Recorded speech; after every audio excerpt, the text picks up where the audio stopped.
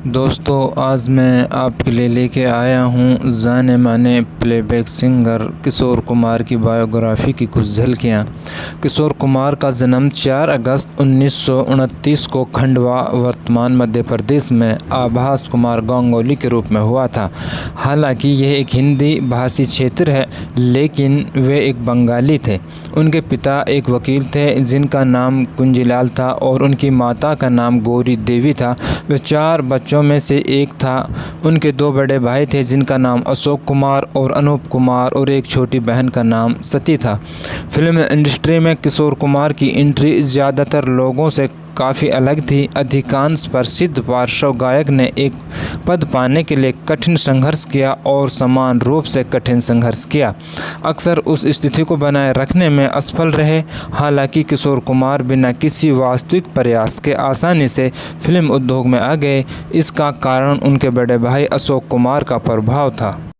किशोर कुमार ने कभी कोई औपचारिक संगीत प्रशिक्षण नहीं लिया, लेकिन इसने इन्हें नहीं रोका। अपने कैरियर में उन्होंने विभिन्न प्रकार की संगीत शैलियों में दक्षता दिखाई। इसके अलावा वह पियानो लेने और उसे अच्छी तरह से बजाने में सक्षम था।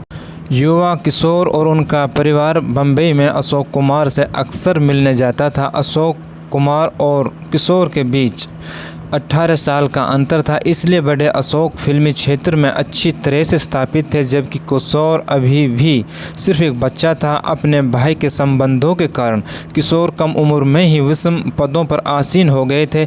जब वे काफ़ी छोटे थे तो बॉम्बे टॉकीज के लिए एक कोर्स गायक बन गए, जहां उनके भाई अशोक ने काम किया। यह इस तथ्य के बावजूद था कि किशोर ने कभी भी संगीत का कोई औपचारिक प्रशिक्षण नहीं लिया था। उनके पास कई और फिल्में भी आई। किशोर को उनकी पहली भूमिका फिल्म शिकारी सन 1946 में मिली। यह उस समय केवल 17 वर्ष के थे। उन्हें खेमचंद प्रकाश ने फिल्म जिद्दी सन 1948 में एक गीत के गाने के लिए भी काम पर रखा। ये सिर्फ अजीब काम थे। किशोर तब भी अपने परिवार के साथ थे, न कि बॉम्बे में, जहां हिंदी फिल्म उद्योग केंद्रित था। और सन 1949 में किशोर बम्बई चले गए। हिंदी फिल्म उद्योग के केंद्र में स्थित होने के कारण उन्हें बहुत अधिक काम मिला। उन्होंने कई फिल्मों में अभिनय किया। उन्हें आंदोलन 1951, नौकरी 1954 और मुसाफिर 1957 जैसी फिल्मों में प्रमुख भूमिकाएं मिली।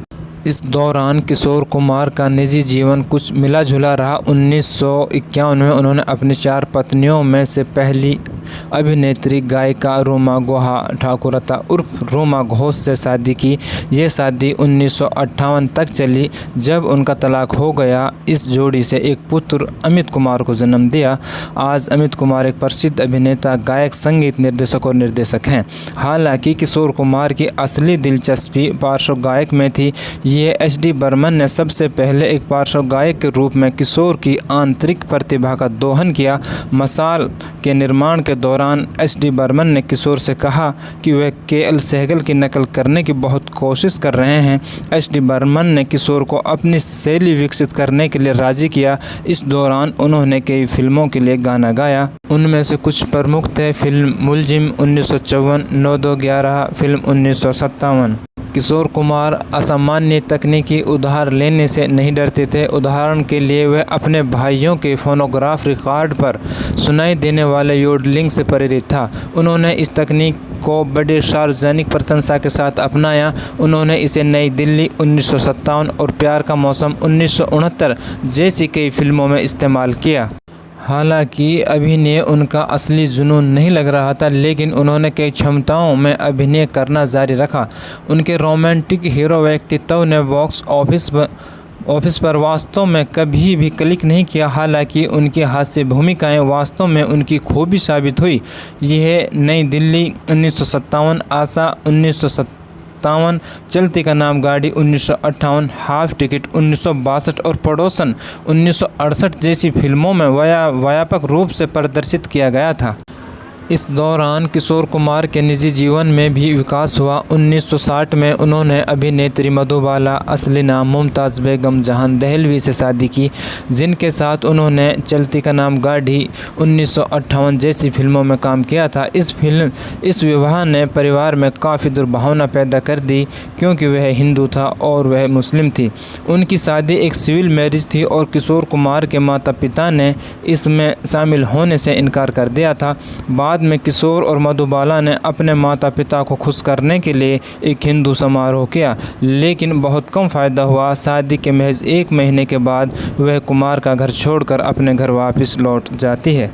वह जीवन भर विवाहित रहे, लेकिन कुछ तनावपूर्ण परिस्थितियों में उस समय वह दिल की बीमारी से पीड़ित थी और ये बीमारी उसकी दिन ब दिन बढ़ती ही गई और 23 फरवरी 1969 को उसकी मृत्यु हो गई।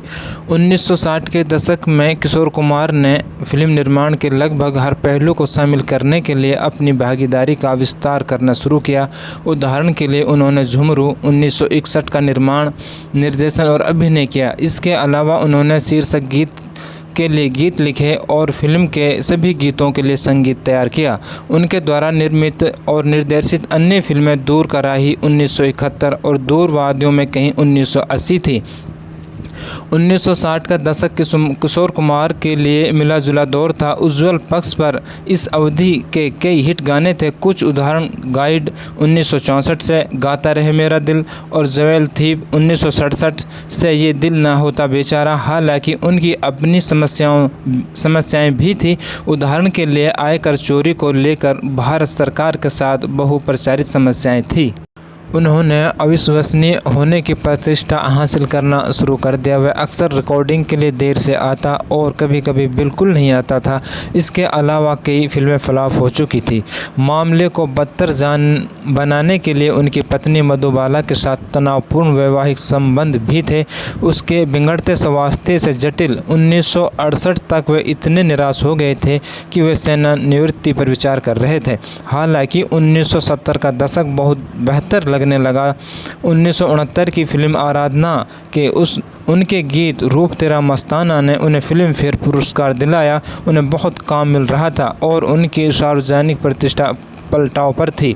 1970 के दशक के मध्य में किशोर कुमार को राष्ट्रीय राजनीति में खींचा गया। वह आपातकाल के दौरान इंदिरा गांधी के मुखर आलोचक थे। एक बार संजय गांधी ने किशोर को बॉम्बे में कांग्रेस की रैली के लिए गाने के लिए कहा। किशोर ने मना कर दिया। उनके प्रदर्शन से इनकार करने के परिणाम स्वरूप उनके गीतों को ऑल इंडिया रेडियो और दूरदर्शन द्वारा प्रतिबंधित कर दिया गया।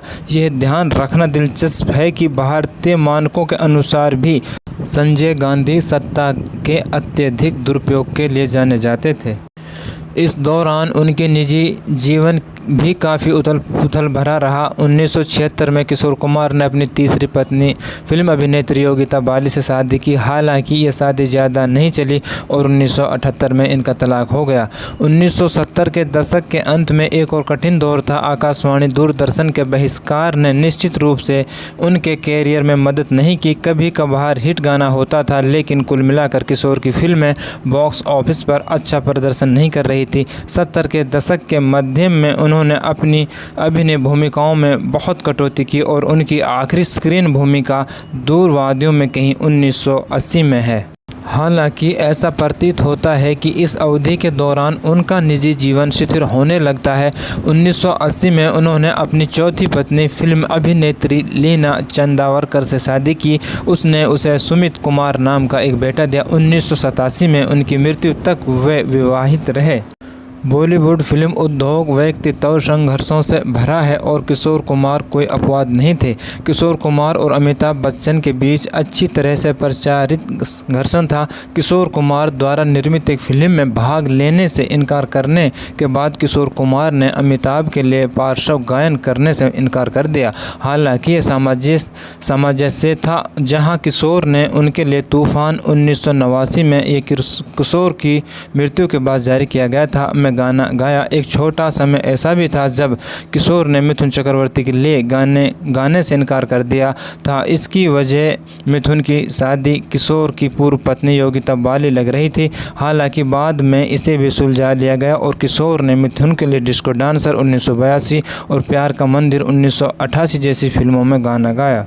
और सन 1986 किशोर कुमार के लिए एक महत्वपूर्ण वर्ष है। वह दिल के दौरे से पीड़ित हैं। वह इससे ठीक हो जाता है, लेकिन इससे वह अपने रिकॉर्डिंग शेड्यूल को बहुत कम कर देता है। वह सेना निवृत्ति में जाने और खंडवा के अपने जन्म स्थान पर लौटने की योजना बना रहा है, लेकिन ऐसा होता नहीं दिख रहा है। किशोर की आखिरी रिकॉर्डिंग मिथुन चक्रवर्ती के लिए एक पार्श्व गीत थी।